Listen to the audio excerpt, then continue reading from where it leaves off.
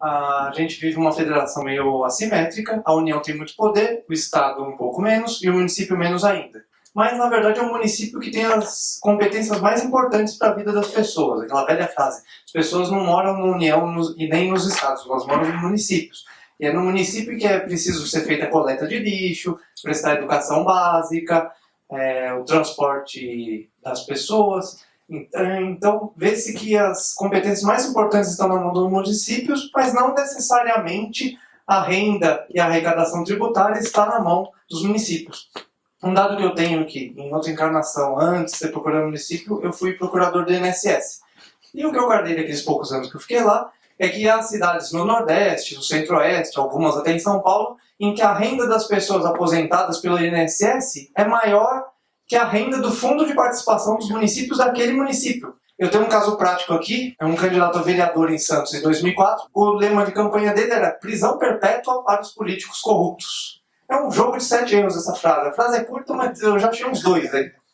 Primeiro, não é competência dos vereadores cuidar de direito penal. Eu menciono os artigos aqui da Constituição para quem tiver interesse. A competência da União Federal, com algum espaço excepcional para os estados e para o Distrito Federal. E o outro erro é que a Constituição, a cláusula pétrea da Constituição, ela veda apenas de caráter perpétuo. Daí a importância de se conhecer quais são as competências de cada ente para não sair fazendo promessas vazias. Alguns aqui vão sair candidatos a vereadores e é bom que vocês conheçam qual que é o assunto de um vereador e, aliás, se possível, se especializem num determinado assunto. Quem gostar de educação, atua em educação. Quem gostar de saúde, atua em saúde. O Dr. Lides já começou a falar rapidamente de alguns artigos da Constituição. Artigos 21, 22, 23, 24 e 25 tratam as competências da União, dos Estados-membros e dos municípios. Não, dos municípios é no artigo 29 e 30. Nos artigos 29 e 29A, é essencial para os candidatos entenderem a organização dos municípios. Recomendo a leitura da Constituição. Às vezes, como você ir na igreja e não ler a Bíblia, na verdade você tem que também, para entender o país que você vive, abrir de vez em quando a Constituição, assim, ela não vai passar assim aqui na minha testa com closed caption. É bom pegar, ler de vez em quando e entender. No artigo 30 estão as competências do município e o artigo 31 trata de uma das funções mais importantes de um vereador, a fiscalização do município. E competências, só para completar no popular, é a medida de poder de uma entidade do Estado.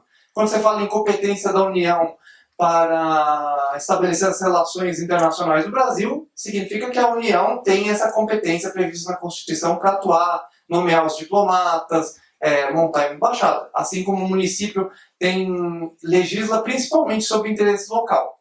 Interesse local que atinge determinada parcela territorial, essa é a competência do município para legislar.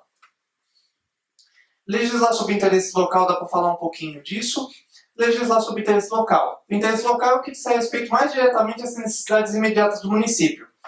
A presidente da República Dilma, apesar dessa crise toda que a gente já bem conhece, numa normalidade ela não seria tão cobrada pelas suas atribuições do dia a dia. O Fernando Henrique teve uma vida um pouco mais tranquila, o Lula um pouco menos, mas todo prefeito de São Paulo, de qualquer cidade de um certo porte, Campinas, São José dos Campos, sofre. Ele anda na rua, ele não consegue entrar no restaurante, almoçar direito, alguém vem perguntar do buraco na rua, da árvore que caiu, da enchente, enfim. O município tem que cuidar de todas essas atribuições importantes e muitas vezes não tem o dinheiro para isso. E tem que legislar sobre interesse local. Esse interesse pode gerar reflexos no interesse regional, estados ou união. Isso é a lição do professor Alexandre de Moraes. E as principais atribuições do município, às vezes é um assunto que o pessoal não gosta muito de cuidar, mas é coleta de lixo. Ainda mais agora nessa época de epidemias de doenças causadas por mosquitos, é uma coisa de fundamental importância. Manutenção de vias públicas, fiscalização sanitária, enfim, eu já, esse tempo já no município, já rodei um pouco na prefeitura, você consegue ver de pouco em tudo e sempre cobranças pesadas. Não é igual, às vezes, um ministra das mulheres da União Federal, que fica lá em Brasília mais tranquila, mas não, aqui o secretário de serviços ele sai na rua e é cobrado diariamente pela coleta de lixo. Aqui, fiscalização, o João vai até complementar isso depois, que ele tem um gabinete modelo de vereador, é uma das funções mais importantes que um vereador pode atuar. a possibilidade de legislar é muito diminuta. As principais competências legislativas da Constituição Federal são reservadas à União. Direito penal, direito processual civil, direito civil. Então sobra pouco para o município ou para o próprio Estado, um legislador estadual, um legislador municipal, fazer a diferença. A fiscalização está um campo de atuação vastíssimo que o João vai explorar daqui a pouco. A pessoa pode, um vereador eleito do Novo pode escolher uma área de sua preferência. Eu quero fiscalizar o que está acontecendo na Guarda Civil Metropolitana. Ele acompanha o DO, vê como estão sendo feitas as licitações na Guarda Civil Municipal e consegue convocar secretários municipais para serem ouvidos, consegue convocar servidores municipais para prestar esclarecimentos. Enfim, aí está uma grande área de atuação. Fala o artigo 31, parágrafo 1º do controle externo da Câmara Municipal, exercido com auxílio dos Tribunais de Contas dos Estados ou do município, ou conselhos ou tribunais de contas dos municípios. A cidade de São Paulo é uma cidade interessante, que é uma das poucas cidades que tem um Tribunal de Contas do município. Os 26 estados mais o Distrito Federal, todos têm um Tribunal de Contas próprio. Nem alguns dividem essa função e têm um Tribunal de Contas dos municípios. Por exemplo, a Bahia, ela tem um Tribunal de Contas estadual e um Tribunal de Contas de todos os municípios. Mas, se eu não me engano, apenas São Paulo, a cidade capital, e a capital do Rio de Janeiro, tem tribunais de contas municipais. E a Constituição veda que sejam criados novos tribunais de contas municipais. Quem possuía esse tipo de tribunal continuará possuindo, quem não criou não vai poder mais criar. E descriar esse Tribunal de Contas Municipal é muito difícil. Na verdade, não é exatamente uma atribuição municipal cuidar das próprias contas, mas no caso de São Paulo isso acontece. O prefeito também não tem interesse em perder esse poder, apesar do Tribunal de Contas Municipal, apesar dos bons serviços prestados pelo Tribunal de Contas Municipais, ou não, para quem quiser julgar, ele custa muito dinheiro. Dinheiro que poderia ser empregado em outras funções municipais e poderia se deixar essa função para o próprio Tribunal de Contas Estadual, que já existe. E o vereador sozinho, uns 55 vereadores aqui na capital de São Paulo, ele pode apontar erros e apurar desfalques nas contas públicas que podem levar a mudanças no orçamento, pode impugnar uma licitação, pode provocar o Tribunal de Contas do município para levar mais economia, gerar economia desses recursos. Uma função importante dos vereadores e função prevista para o próprio município é o ordenamento territorial. O artigo 38º da Constituição fala: promover no que couber adequado ordenamento territorial, mediante planejamento e controle do uso, parcelamento e ocupação do solo urbano. E essa questão é um pouco chatinha, ela é muito técnica, mas todo o crescimento desenfreado das cidades ele reside nessa questão do ordenamento territorial. No Distrito Federal, há um exemplo de uns anos atrás, um governador que distribuía lotes, chamava outros eleitores de Goiás e de outros estados para conseguirem aqueles lotes em Brasília. Enfim, era feita uma política bastante agressiva de distribuição de terra no Distrito Federal, uma forma de atrair mais eleitores, ganhar eleições, controlar a máquina do governo federal, do Distrito Federal, enfim. É uma questão a se atentar ao vereador para quem tiver interesse. É um assunto um tanto árido, um tanto chatinho, mas é uma coisa que vale a pena, porque, até para contar um exemplo para vocês, os clubes de futebol em São Paulo, alguns clubes conhecidos, São Paulo, Corinthians, eles ocupam algumas áreas municipais, e quando foi se verificar a que título eles ocupavam essas áreas municipais, foi se verificar que tinha umas contrapartidas, digamos, não muito úteis. Ele ocupava uma área grande, um desses clubes, e a contrapartida era levar algumas crianças, uma vez por semana, um ônibus com umas 40, 50 crianças, para conhecer a sala de troféus do clube. Uma área pública, assim, e bastava levar um ônibus, e às vezes nem se disponibilizava o ônibus para as crianças irem conhecer a sala de troféus. E a se depender da sala de troféus de qual clube, é melhor nem conhecer. Mas isso acontecia. Escola de samba. Escolas de samba, elas ocupam áreas municipais, pagam contrapartidas simbólicas e a vida segue. Quase todo prefeito e vereador usam isso para ganhar votos, ser sua base eleitoral, e acaba não exigindo muito contrapartida das escolas de samba. Artigo 29, o município vai se reger por uma lei orgânica. Todos os municípios, os mais de 5 mil municípios do Brasil, tem uma lei orgânica municipal. A lei orgânica municipal da nossa cidade de São Paulo, ela é de 4 de abril de 1990. Se você for no final da lei orgânica municipal, você vai ver algumas figuras conhecidas assinando a lei orgânica. Eles eram vereadores na época, alguns hoje são deputados federais, alguns, se eu não me engano, já foram presos no mensalão, enfim, tem de tudo ali, né, nos signatários da nossa lei orgânica municipal. O poder legislativo é exercido pela Câmara Municipal, composto de 55 vereadores eleitos, tem que ter mais de 18 anos e está no exercício dos direitos políticos. E tem todas as regras de legislação eleitoral, que não é muito assunto de lei orgânica. O artigo 13 fala as competências da Câmara. Algumas dessas que eu destaquei: autorizar a alienação de bens imóveis municipais, autorizar a aquisição de bens imóveis municipais, com exceção, aprovar diretrizes gerais do desenvolvimento urbano, plano diretor, legislação de controle de uso, parcelamento e ocupação do solo urbano. Aqui tem um manancial de assuntos para um vereador novo se debruçar e ver o que está sendo feito das áreas municipais, que áreas podem ser vendidas. Aqui, uma das tarefas de fiscalização do vereador: convocar secretários municipais ou responsáveis pela administração direta e indireta para prestar informações. Uma tarefa importantíssima, que é preciso pesquisar se existe já a regulamentação disso no âmbito municipal: zelar pela preservação de sua competência legislativa, sustando atos normativos do Executivo que exorbitem do poder regulamentar. O poder regulamentar é o poder do prefeito de São Paulo editar um decreto. E se esse decreto era para ter... o prefeito solta um decreto e ele desborda do que pode ser feito no decreto. Era preciso uma lei municipal.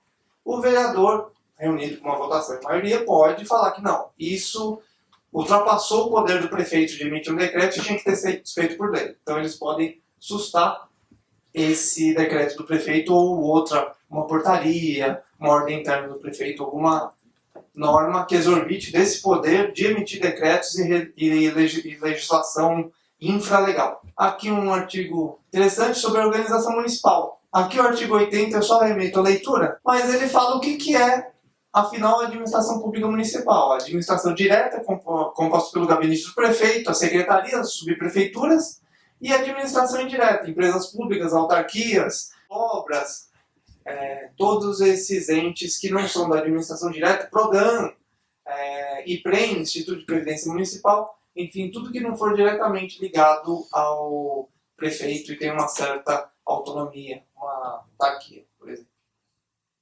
Serviços municipais, aqui na Lei Orgânica, artigo 125, constitui serviços municipais, administrar os serviços funerários e cemitérios públicos. Isso não fala na Constituição, é uma regulamentação aqui da Lei Orgânica. Cuidar de toda essa parte meretriz de morte, serviço funerário, administrar coleta, reciclagem, tratamento e destino do lixo e efetuar a limpeza das vias e logradouros públicos. Esse é um assunto importante para se debruçar, pois a falta de limpeza causa tudo isso que a gente já conhece, né? Enchente, epidemias. Habitação, aqui eu trouxe um artigo meio longo, eu não vou ler, mas é competência do município em relação à habitação. Fala tudo que o município faz em matéria de habitação. Aqui eu destaco para vocês em negrito: instituir linhas de financiamento, bem como recursos a fundo perdido para a habitação popular. Aqui é mais ou menos aquele fundo marxista que o Dr. Ives estava falando, mas como assim? Os recursos públicos são finitos, o município só vive dos impostos dos outros, como que vai fazer um a fundo perdido? É uma cornucópia mágica que sai dinheiro, assim, e não explicaram que o prefeito pode abrir, assim? Fundo perdido, a pessoa que vai ter uma habitação popular não vai ter o mínimo de participação naquela... Ela não vai ajudar a dar uma entrada, pagar umas pequenas mensalidades, nem que fossem simbólicas, para ajudar a financiar essa casa, essa habitação, esse apartamento que o poder público está disponibilizando para ela. Eu escutei uma vez falar, um prefeito do interior falando que ele tem muita dificuldade com essa questão de habitação, para atender as demandas de habitação, porque é o tipo de demanda que quanto mais se atende, mais você tem que atender no futuro. Pois uma vez que você faz um loteamento e doa, constrói casas populares, as pessoas de outras cidades escutam falar que o prefeito está cuidando muito bem da habitação e querem participar também desse novo Eldorado, desse novo local que está distribuindo casas a fundo perdido, talvez. Então é um dos campos de atuação do prefeito e dos vereadores bem difícil de compatibilizar a necessidade real que as pessoas têm de uma habitação popular e de atender de modo a não atrair pessoas que não sejam de outros municípios, de outros estados, às vezes até de outros países, a depender da...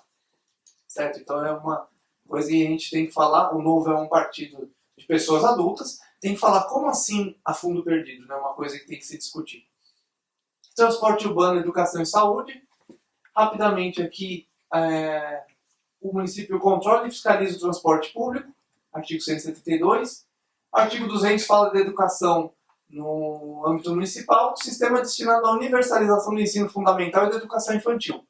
O ideal seria que o município, por exemplo, pegar o caso de São Bernardo do Campo, que tem uma universidade, será que São Bernardo atendeu todas as crianças em idade escolar, tem merenda para todos estão estudando perto de suas casas antes de se construir uma universidade?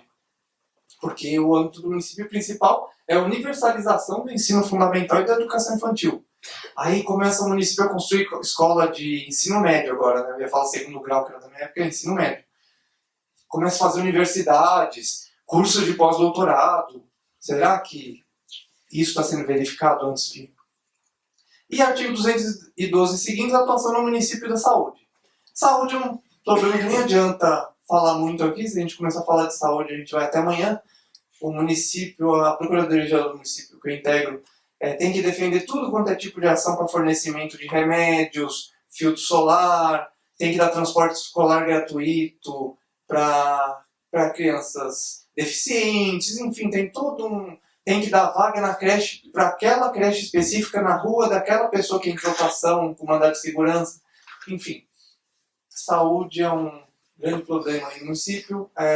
O custo da saúde no Brasil, ela tem o custo basicamente do impostômetro, porque saúde é direito de todos e dever do Estado.